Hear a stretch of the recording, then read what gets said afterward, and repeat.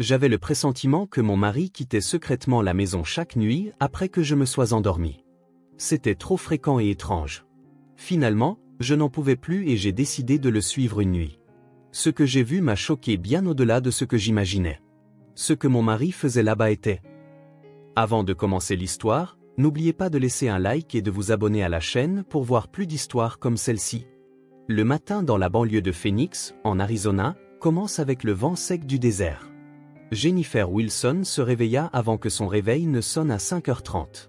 Depuis la chambre voisine, elle pouvait entendre la respiration paisible de son mari, Michael. En se lavant le visage au-dessus du lavabo de la salle de bain, Jennifer contempla son reflet dans le miroir. 10 ans s'étaient écoulés depuis qu'elle avait commencé à travailler comme kinésithérapeute, et ses interactions avec les patients restaient sa plus grande source d'épanouissement.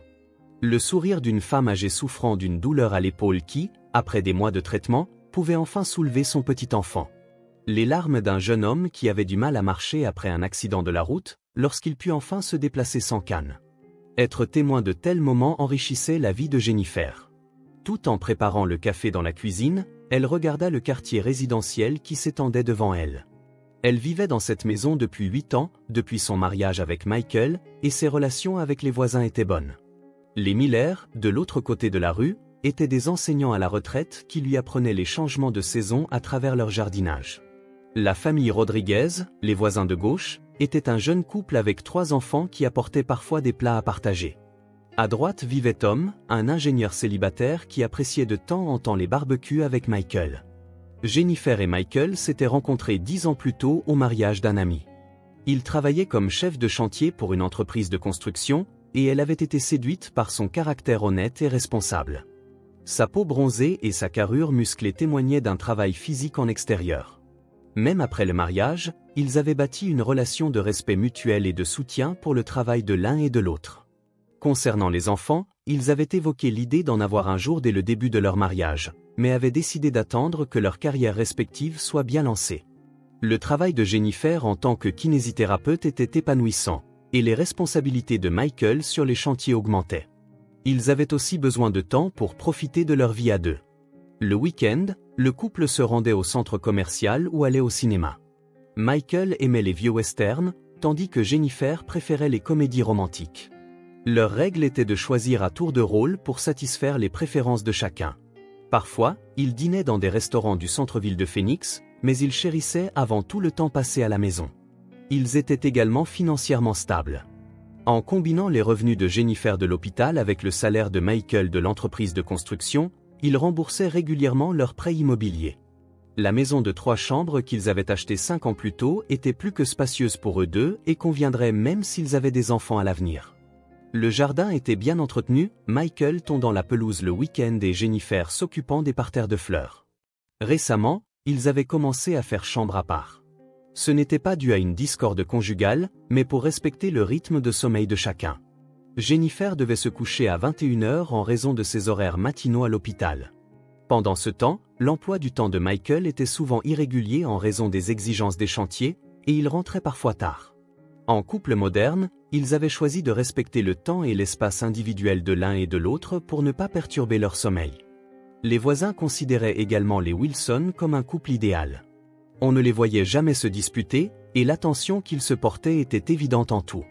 Michael prenait l'initiative pour les réparations de la maison et l'entretien du jardin, tandis que Jennifer donnait parfois des consultations de santé aux voisins plus âgés. Jennifer quittait la maison à 6h du matin et conduisait environ 20 minutes jusqu'à l'hôpital. Le service de kinésithérapie comptait 5 membres du personnel, et elle jouissait de la confiance des patients en tant que l'une des thérapeutes les plus expérimentées. Elle rentrait vers 15h et préparait le dîner en attendant le retour de Michael. Telle était leur routine quotidienne, paisible et heureuse, depuis 8 ans. Sans aucune anxiété pour l'avenir, ils sentaient qu'ils avançaient sereinement dans la vie. La position de Michael dans l'entreprise de construction était stable, avec de bonnes possibilités de promotion. Jennifer était également très appréciée à l'hôpital, et devenir chef de service à l'avenir n'était pas qu'un simple rêve. Une telle vie pleine d'espoir constituait le quotidien du couple Wilson. Le changement commença par des choses subtiles. Vers la fin du mois de mars, Jennifer se mit à trouver que Michael semblait plus fatigué qu'auparavant. À l'heure du dîner, de légères cernes assombrissaient ses yeux, et il affichait parfois une expression absente pendant les repas. « Comment s'est passée ta journée ?» demandait Jennifer, et Michael répondait en faisant tourner son cou. « Nous avons eu des chantiers difficiles ces derniers temps. Un nouveau projet de construction d'immeubles de bureaux a commencé, et mes responsabilités de chef de chantier se sont alourdies. » Jennifer acquiesça à son explication. Depuis leur mariage, elle avait appris que dans le secteur de la construction, l'activité variait beaucoup selon les saisons et la conjoncture économique. Le printemps était aussi la période où de nouveaux projets démarraient, et les chefs de chantier expérimentés comme Michael se voyaient confier de nombreuses responsabilités. En avril, Michael rentrait de plus en plus tard. Auparavant, il arrivait vers 18 h, mais récemment, il n'était pas rare qu'il arrive à 19 ou 20 h. Jennifer préparait le dîner et attendait, mais les appels de Michael pour dire qu'il serait en retard se multipliaient. « Désolé, le chantier va encore se prolonger aujourd'hui. Mange sans moi. » La voix de Michael au téléphone semblait en effet fatiguée. En arrière-plan, elle pouvait entendre le bruit des engins lourds et les voix des ouvriers, transmettant l'atmosphère affairée du chantier. Jennifer se montra compréhensive et prit l'habitude de dîner seule. Les week-ends aussi changeaient. Auparavant, il se levait tranquillement le samedi matin et discutait des événements de la semaine autour du petit déjeuner. Mais dernièrement, Michael s'enfermait souvent dans son bureau pour organiser des documents de travail. « Je dois examiner les plans pour le nouveau projet », expliquait Michael d'un ton d'excuse. « Il faut que je sois prêt avant la réunion de la semaine prochaine. » Jennifer était fière du sens aigu des responsabilités de son mari. Le métier de chef de chantier était un travail important qui impliquait la sécurité et la qualité pour de nombreuses personnes. Elle trouvait que son attitude, consistant à travailler les week-ends pour la réussite du projet, c'était tout lui. Cependant, le temps qu'ils passaient ensemble en tant que couple diminuait nettement. Leur habitude d'aller au cinéma le dimanche s'était également transformée en soirée DVD à la maison, car Michael préférait se détendre chez lui, se disant « fatigué ». Le shopping au centre commercial devint aussi une activité que Jennifer faisait de plus en plus seule. Pendant la période des vacances de mai, Jennifer devint plus attentive à l'état de son mari. Michael avait clairement perdu du poids. Les larges épaules de son mari, autrefois si robustes et séduisantes, semblaient s'être affinées. Son appétit aussi paraissait avoir diminué, et il laissait souvent les dîners préparés par Jennifer inachevés. « Tu n'as pas l'air d'avoir très faim ces derniers temps », dit Jennifer avec inquiétude, et Michael lui fit un sourire forcé. Quand on est sur le chantier, les pauses déjeuner deviennent irrégulières aussi. Mes heures de faim sont décalées. Pourquoi perdait-il du poids alors que le travail sur un chantier de construction devrait être physiquement exigeant? Se demanda Jennifer. Mais en tant que kinésithérapeute, elle comprenait que le stress pouvait affecter l'appétit. S'il était assigné à un projet avec de lourdes responsabilités, la pression mentale devait être considérable. Les conversations du couple s'étaient également raréfiées. Lorsque Jennifer parlait des événements à l'hôpital, les réactions de Michael étaient souvent distraites. Son regard semblait perdu au loin, et elle avait de plus en plus l'impression que son esprit était ailleurs. Aujourd'hui, un patient qui sortait de l'hôpital a pleuré en me disant merci, raconta joyeusement Jennifer. Mais Michael ne répondit que brièvement. Ah oui? C'est bien. Auparavant, il aurait posé des questions détaillées sur le processus de rétablissement du patient et montré de l'intérêt pour le travail de Jennifer.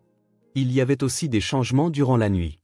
Jennifer se couchait toujours à 21 h, comme à son habitude, mais parfois, lorsqu'elle se réveillait pour aller aux toilettes au milieu de la nuit, elle remarquait un mince filet de lumière s'échappant de sous la porte de la chambre de Michael.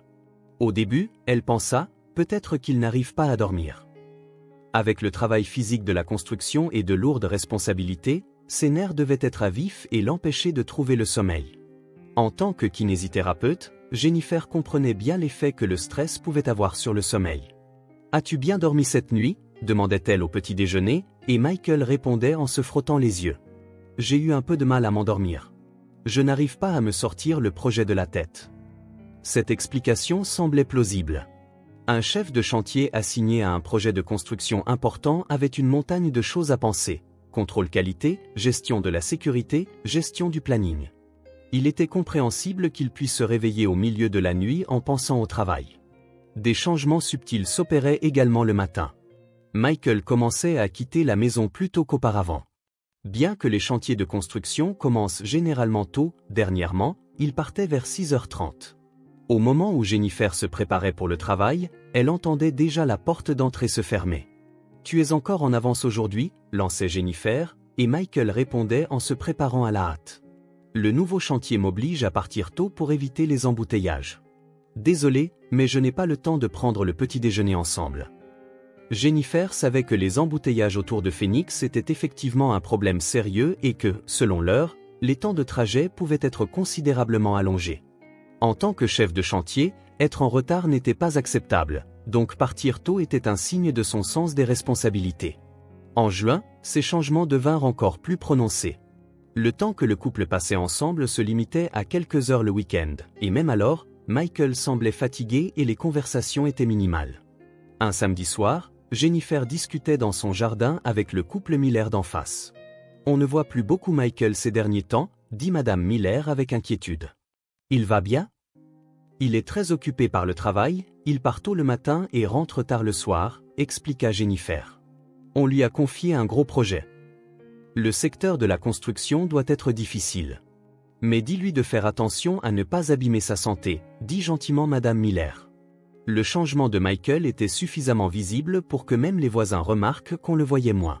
Auparavant, ils le voyaient souvent tondre la pelouse ou faire du jardinage le week-end, mais dernièrement, Jennifer accomplissait ses tâches seule plus souvent. Cependant, Jennifer ne considérait pas cela comme un problème particulièrement grave. La vie de couple avait ses hauts et ses bas, et il était naturel que le temps passé ensemble diminue lorsque le travail était intense. Le fait que Michael se voie confier des projets importants était probablement dû à la haute estime que son entreprise de construction avait pour lui. Au contraire, elle était fière du travail acharné de son mari.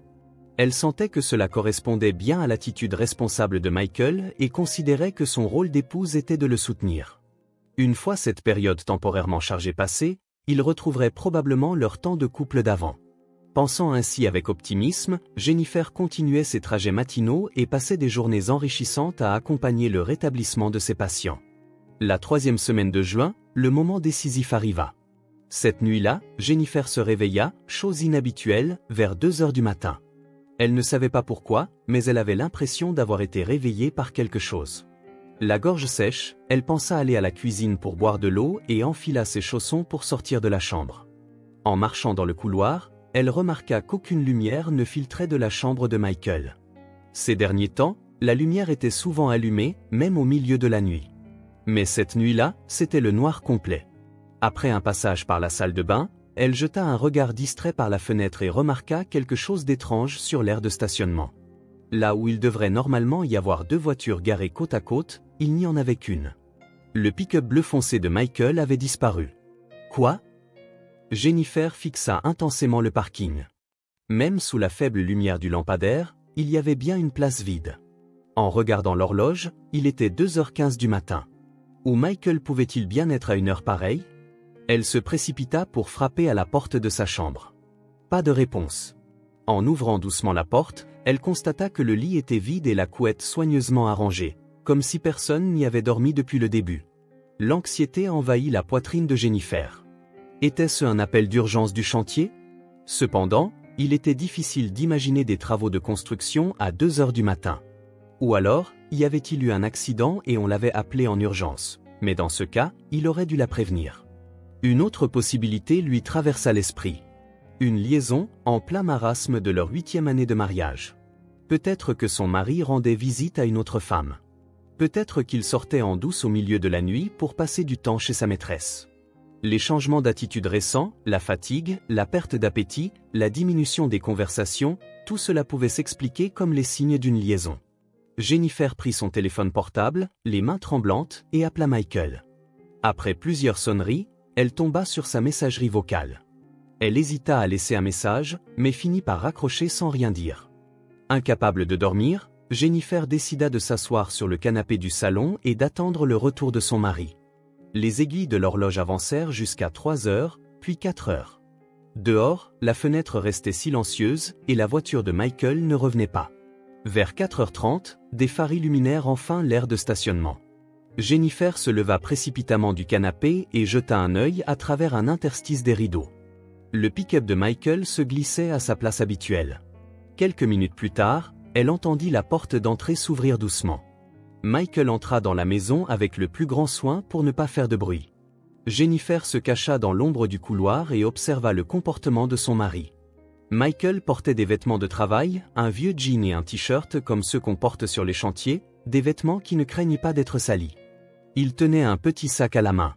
Il marchait les épaules voûtées, l'air complètement épuisé, comme s'il venait de terminer de longues heures de travail physique. Mais les chantiers ne fonctionnent pas au milieu de la nuit. Mais que diable avait-il bien pu faire, et où? L'esprit de Jennifer était en plein désarroi. Son mari se dirigea silencieusement vers la salle d'eau, et elle entendit le bruit de l'eau tandis qu'il se lavait les mains. Après cela, il entra dans sa chambre et ferma la porte. Le lendemain matin, Jennifer agit comme si de rien n'était. Tout en préparant le petit déjeuner, elle observa le comportement de Michael. Il avait l'air plus fatigué que d'habitude, mais rien de particulièrement différent. « As-tu bien dormi cette nuit ?» demanda Jennifer d'un ton désinvolte, et Michael marqua une pause. « Oui, assez bien », répondit-il vaguement. « Et toi ? Tu n'as pas été réveillé par un bruit, j'espère ?»« Non, j'ai dormi comme une souche », mentit Jennifer. Sa suspicion que son mari mentait également grandit. Cette nuit-là, Jennifer décida intentionnellement de veiller tard. Elle éteignit la lumière de sa chambre et s'allongea dans son lit, faisant semblant de dormir tout en prêtant une oreille attentive. Vers 23 heures, elle entendit des bruits de pas dans le couloir. C'était le son de Michael se dirigeant silencieusement vers la porte d'entrée. Jennifer se leva rapidement du lit et regarda par la fenêtre. Elle pouvait voir Michael se diriger vers la voiture, en vêtements de travail. Il démarra le moteur et quitta le parking, les phares éteints. Il prenait un soin extrême à ne pas faire de bruit pour ne pas déranger les voisins. « Je le savais », murmura doucement Jennifer. Ce n'était pas juste une coïncidence la nuit dernière. Michael sortait régulièrement de la maison en pleine nuit. La même chose se répéta la nuit suivante. Il quittait la maison vers 23 heures et revenait vers 4 heures du matin. Cela ressemblait à l'emploi du temps de quelqu'un qui travaille de nuit. Cependant, il était difficile d'imaginer des quarts de nuit dans une entreprise de construction. Après une semaine d'observation, un schéma se dessina. Michael sortait au milieu de la nuit 4 ou 5 fois par semaine. Elle ne connaissait pas sa destination, mais il portait des vêtements de travail et revenait épuisé, comme s'il avait effectué un travail physique. Finalement, elle se résolut à découvrir la vérité. La prochaine fois que Michael sortirait au milieu de la nuit, elle le suivrait. Elle s'était préparée à le surprendre en plein adultère. Mais en identifiant la maison de sa maîtresse, elle aurait des éléments pour décider de l'avenir de leur mariage. Le vendredi soir, lorsque Michael quitta la maison comme à son habitude, Jennifer se changea rapidement et le suivit dans sa propre voiture. Elle conduisit en maintenant une distance de sécurité pour ne pas perdre de vue la voiture de son mari. Ils quittèrent le quartier résidentiel et s'engagèrent sur une route principale. La voiture de Michael semblait se diriger vers le quartier commercial.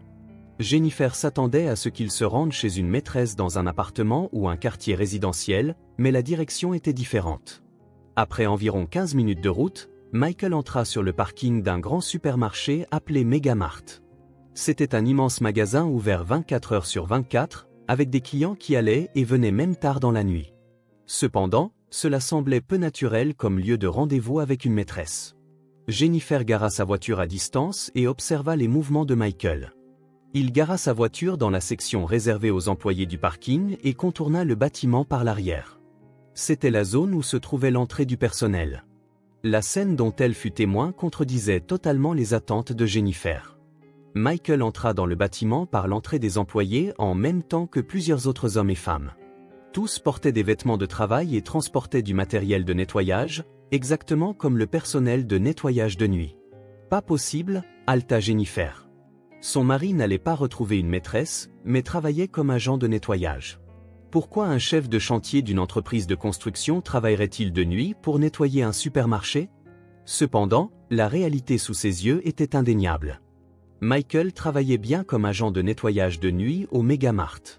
Les vêtements de travail, la fatigue, les départs au milieu de la nuit, les retours au petit matin. Tout correspondait au schéma d'un travailleur de nuit. Jennifer resta assise, hébétée, dans sa voiture.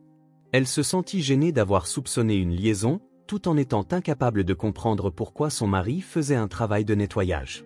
Faisait-il du nettoyage en plus de son travail dans l'entreprise de construction? Mais si c'était le cas, il n'y aurait aucune raison de le cacher. Diverses possibilités lui traversèrent l'esprit. Avait-il des problèmes financiers? Avait-il des dettes ou était-il insatisfait de son salaire à l'entreprise de construction? Cependant, les finances du ménage étaient saines et il n'y avait pas de problème avec les remboursements du prêt. Le salaire de Michael aurait dû être stable également. Vers 4 heures du matin, le personnel de nettoyage sortit par l'entrée des employés. Michael était parmi eux. L'air épuisé, il échangea quelques mots avec d'autres membres du personnel en se dirigeant vers sa voiture. Jennifer rentra chez elle avant son mari et retourna dans sa chambre comme si de rien n'était. Cependant, elle ne put trouver le sommeil. Le lendemain matin, Michael prit son petit déjeuner avec son air fatigué habituel et dit « J'ai des documents de chantier à organiser aujourd'hui », avant de se diriger vers son bureau. Mais elle ne pouvait plus croire ses mots. Après que Michael se fut enfermé dans son bureau, Jennifer se résolut à agir. D'abord, elle appela le Megamart. Le cœur battant à tout rompre, elle fut mise en relation avec une réceptionniste. « J'aimerais poser une question sur le personnel de nettoyage de nuit », dit Jennifer d'une voix tremblante. « Pourriez-vous me confirmer si une personne nommée Michael Wilson est employée chez vous ?» Après une courte attente, la femme revint. « Oui, Monsieur Wilson travaille avec notre équipe de nettoyage de nuit depuis 4 mois. Y a-t-il quelque chose que je puisse faire pour vous ?» 4 mois. Le fil des événements se reconstitua dans l'esprit de Jennifer. L'attitude de Michael avait commencé à changer à peu près à la même époque. Fatigue, perte de poids, changement d'heure de retour. Tout coïncidait avec le travail de nettoyage de nuit. « Non, je voulais juste confirmer. »« Merci. » Après avoir raccroché, Jennifer passa à l'étape suivante. Elle appela l'entreprise de construction où Michael était censé travailler, Sun Desert Construction. Une fois en contact avec les ressources humaines, Jennifer se présenta comme sa femme et dit qu'elle voulait confirmer le statut d'emploi de son mari. « Je suis désolé, mais M. Wilson a quitté l'entreprise fin mars », dit calmement la représentante des RH. Son dernier jour de travail était le 28 mars. La voix à l'autre bout du fil semblait lointaine. Fin mars. C'était il y a 5 mois. Cela signifiait que pendant ces 5 mois, Michael avait fait semblant de travailler à l'entreprise de construction alors qu'il était en réalité au chômage. Quelle était la raison de son départ ? Demanda Jennifer d'une voix tremblante. C'était une réduction de personnel due à la diminution des projets. Monsieur Wilson n'avait rien fait de mal, mais c'était une décision de la direction. Jennifer les remercia et raccrocha. Ses mains tremblaient tellement qu'il lui était difficile de tenir son téléphone portable. Son mari était au chômage. Pendant 5 mois, il avait menti à sa femme, faisant semblant d'aller sur des chantiers tous les jours. Et la nuit, il faisait des travaux de nettoyage pour gagner de quoi vivre. Elle sortit les livres de compte du ménage et commença à les examiner de près. Les mensualités du prêt immobilier étaient bien prélevées sur le compte de Michael. Les factures d'électricité, de gaz et d'assurance étaient également payées en son nom. Malgré son chômage, sa contribution aux dépenses du ménage se poursuivait. Elle vérifia également les relevés de cartes de crédit. Les paiements d'essence avaient augmenté par rapport à avant, probablement pour maintenir l'illusion de ses trajets vers un chantier inexistant. Il avait tué le temps en conduisant. Les paiements de fast-food avaient également augmenté. Comme il ne pouvait pas déjeuner à la maison, il devait manger à l'extérieur. En examinant de près les relevés bancaires, il y avait des dépôts d'espèces suspects. De petites sommes, mais déposées régulièrement, probablement les salaires du travail de nettoyage. Le nettoyage de nuit seul ne pouvait pas fournir un revenu équivalent au salaire d'une entreprise de construction. Jennifer commença à faire des recherches sur Internet. En cherchant « salaire horaire nettoyage de nuit Phoenix », elle découvrit que le travail de nettoyage dans de grands magasins comme le Megamart payait environ 12 à 15 $ de l'heure. Même en travaillant 4 ou 5 lits par semaine, à raison de 5 heures par nuit, le revenu mensuel ne serait que d'environ 1000 à 1500 $. Bien loin du salaire mensuel de 5000 $ d'un chef de chantier. Pourtant, Michael avait continué à contribuer aux dépenses du ménage. Où trouvait-il la différence ? Puisait-il dans ses économies, ou avait-il d'autres petits boulots ? Dans l'après-midi, Jennifer essaya de chercher le nom de Michael sur l'application de covoiturage, Gober. Elle découvrit qu'un chauffeur nommé Michael Wilson était enregistré. En regardant la photo de profil, c'était bien son mari. Toutes les pièces du puzzle s'assemblèrent. Après avoir été licencié de l'entreprise de construction, Michael n'avait pas pu dire la vérité à sa femme et avait fait semblant de se rendre sur des chantiers tous les jours après avoir quitté la maison.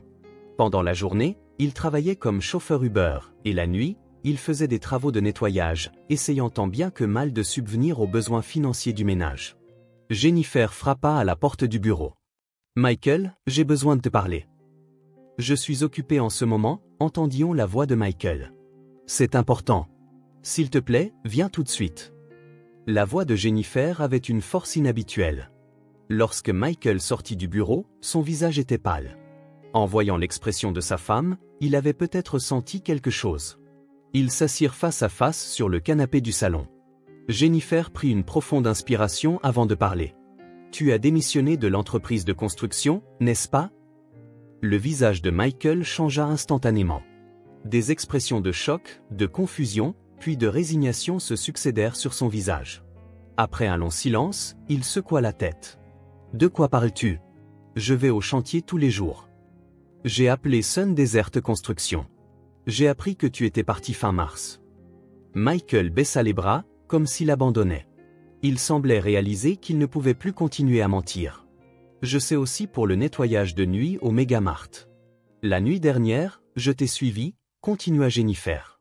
J'ai aussi trouvé ton inscription comme chauffeur Uber. » Michael se prit la tête entre les mains. « Comment ?» murmura-t-il doucement. « Pourquoi l'as-tu caché ?» La voix de Jennifer était plus empreinte de tristesse que de colère. « Pourquoi as-tu porté ça tout seul ?» Après un long silence, Michael releva lentement le visage. Il avait les larmes aux yeux. « J'avais honte. » Sa voix tremblait. « Pendant 8 ans de mariage, j'ai cru que je te protégeais et te soutenais. Et pourtant, être licencié, en tant qu'homme, en tant que mari, c'était pathétique. » Jennifer écouta sans rien dire. « Je ne voulais pas t'inquiéter. Ton travail de kinésithérapeute se passe bien et tu es apprécié par les patients. Comparé à ça, moi ?» La voix de Michael se brisa. « J'ai entendu dire que tu avais été licencié à cause d'une réduction de projet. Tu n'avais rien fait de mal, n'est-ce pas ? C'est vrai. Mais le résultat est le même. Je suis devenu chômeur. Un homme de près de 40 ans qui perd son emploi. » Michael se leva et regarda par la fenêtre. « Au début, j'ai cherché une nouvelle entreprise de construction, mais partout, ils réduisaient le personnel et il y avait peu de nouvelles embauches. Même quand j'allais à des entretiens, j'étais souvent refusé à cause de mon âge ou de mon expérience. Alors, tu as pris les boulots de nettoyage et d'Uber. Il fallait que je gagne de quoi vivre.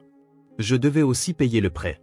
Tu n'y es pour rien, mais je ne pouvais pas supporter l'idée que notre vie devienne difficile à cause de mon chômage. » Michael se retourna et regarda sa femme. « Chaque matin, je quittais la maison en faisant semblant d'aller sur des chantiers. Pendant la journée, je cherchais du travail où je gagnais de l'argent avec Uber. La nuit, je faisais le ménage. Et même comme ça ne correspond toujours pas à mon ancien salaire. Pourquoi ne m'en as-tu pas parlé honnêtement ? Nous sommes mariés. Nous aurions pu traverser ça ensemble. » Michael se reprit la tête entre les mains. C'était une question de fierté. En tant qu'homme, en tant que mari, je pensais que je devais te protéger, mais en réalité, c'est peut-être moi qui étais protégé par toi. Jennifer se leva et s'approcha de son mari. « Tu travailles déjà assez dur. Le nettoyage et Uber sont tous les deux des métiers respectables. Pourquoi devrais-tu en avoir honte ?» Aux mots de sa femme, Michael ne put finalement plus retenir ses émotions. En 8 ans de vie commune, c'était la première fois qu'elle le voyait pleurer autant. « Je suis désolé, Jennifer. Je suis vraiment désolé de t'avoir menti et de t'avoir trompé. Mais je n'arrivais tout simplement pas à te le dire. » Jennifer serra son mari dans ses bras. « Tout va bien maintenant. À partir de maintenant, nous allons réfléchir ensemble. Plus de secrets. » Le fardeau qu'il avait porté seul pendant 5 mois pouvait enfin être partagé en tant que couple. 1 an s'est écoulé depuis. La vie du couple Wilson a changé radicalement après cette nuit-là. D'abord, ils ont commencé par évaluer honnêtement leur situation économique. Les revenus de Michael provenant du nettoyage et d'Uber, le salaire de Jennifer en tant que kinésithérapeute et leurs économies restantes. Après avoir tout mis à plat, ils ont reconstruit un projet de vie réaliste. Jennifer a augmenté ses heures de travail à l'hôpital et a commencé à prendre en charge des visites de rééducation à domicile le week-end. Ses compétences et son expérience en tant que kinésithérapeute étaient très appréciées et gagner un revenu supplémentaire n'a pas été difficile. Michael a également continué à chercher un emploi tout en maintenant son travail de nettoyage de nuit et d'Uber. 3 mois plus tard, un tournant s'est présenté pour Michael. Bien que le salaire soit inférieur à celui d'avant, il a pu obtenir un poste de chef de chantier dans une autre entreprise de construction. La nouvelle entreprise était de plus petite taille, mais avait une culture d'entreprise qui valorisait ses employés, et ils ont hautement apprécié l'expérience et le caractère de Michael. Je suis content d'avoir été honnête, a dit Michael le soir où il est rentré après sa première journée dans son nouveau travail. Quand on m'a interrogé sur ma période de chômage pendant l'entretien, j'ai pu parler fièrement de mon travail de nettoyage et du beurre. Ils ont apprécié mon sens des responsabilités envers le travail. La relation du couple était également devenue plus profonde qu'auparavant. Tenant leur promesse de ne plus avoir de secrets, Michael a commencé à raconter en détail les événements de sa journée. Jennifer partageait également ses interactions avec les patients à l'hôpital, et leurs conversations sont devenues plus riches qu'avant. « Je suis toujours désolé de t'avoir menti à ce moment-là », a dit doucement Michael un soir après le dîner. « Mais quand tu as dit que nous devions traverser ça ensemble au lieu de me blâmer, tu ne peux pas imaginer à quel point ça m'a sauvé. » Jennifer a souri. « Quand nous nous sommes mariés, nous nous sommes promis de nous soutenir pour le meilleur et pour le pire, n'est-ce pas? Nous avons vraiment tenu cette promesse au sens propre du terme. » Ils retrouvaient aussi progressivement leur stabilité financière. Avec le nouveau salaire de Michael et l'augmentation des revenus de Jennifer, il n'y avait plus d'anxiété concernant les paiements du prêt immobilier. Ils ne pouvaient pas se permettre de luxe, mais en travaillant ensemble, ils pouvaient vivre suffisamment bien. Le changement fut également perçu par les voisins. Les Miller disaient « Vous avez l'air très heureux ces derniers temps ». Tom disait « Michael semble plus épanoui qu'avant ». Libéré de ses secrets, le visage de Michael avait retrouvé son éclat naturel. Leur façon de passer les week-ends avait également changé. Ils allaient de plus en plus souvent au cinéma ou faisaient du shopping comme avant. Cependant, ils étaient devenus plus attentifs à leurs dépenses, apprenant à distinguer ce dont ils avaient réellement besoin de ce dont ils avaient envie. Ce n'était pas du tout restrictif, mais leur donnait plutôt le sentiment de coopérer pour atteindre des objectifs communs. « Je suis vraiment heureux de t'avoir épousé », a dit Michael en tenant la main de Jennifer par une nuit calme. « Quand j'étais au chômage, je ne pensais qu'à ma fierté d'homme. Mais ce qui était vraiment important, c'était de nous soutenir l'un l'autre en tant que couple. » Jennifer serra la main de son mari en retour. « Nous sommes devenus plus forts, n'est-ce pas? Parce que nous avons surmonté des difficultés ensemble. » Elle se souvint du choc et de la confusion de cette nuit, un an plus tôt, où elle avait découvert le secret de son mari. Le soupçon d'une liaison, la stupéfaction en apprenant la vérité, et finalement, le renforcement de leur lien conjugal. Ils avaient appris de première main que l'honnêteté était plus importante que la fierté et le sens de se soutenir mutuellement, surtout dans les moments difficiles. Actuellement, Michael vit des jours épanouissants dans son nouveau travail, et Jennifer se consacre également avec passion à son métier, soutenant le rétablissement de ses patients. L'anxiété financière a disparu, et leur confiance mutuelle est plus forte que jamais. Une vraie famille, c'est une relation qui permet de surmonter ensemble n'importe quelle difficulté, murmura Jennifer en regardant le coucher de soleil sur Phoenix. Un nouveau chapitre de leur vie de couple était sur le point de commencer.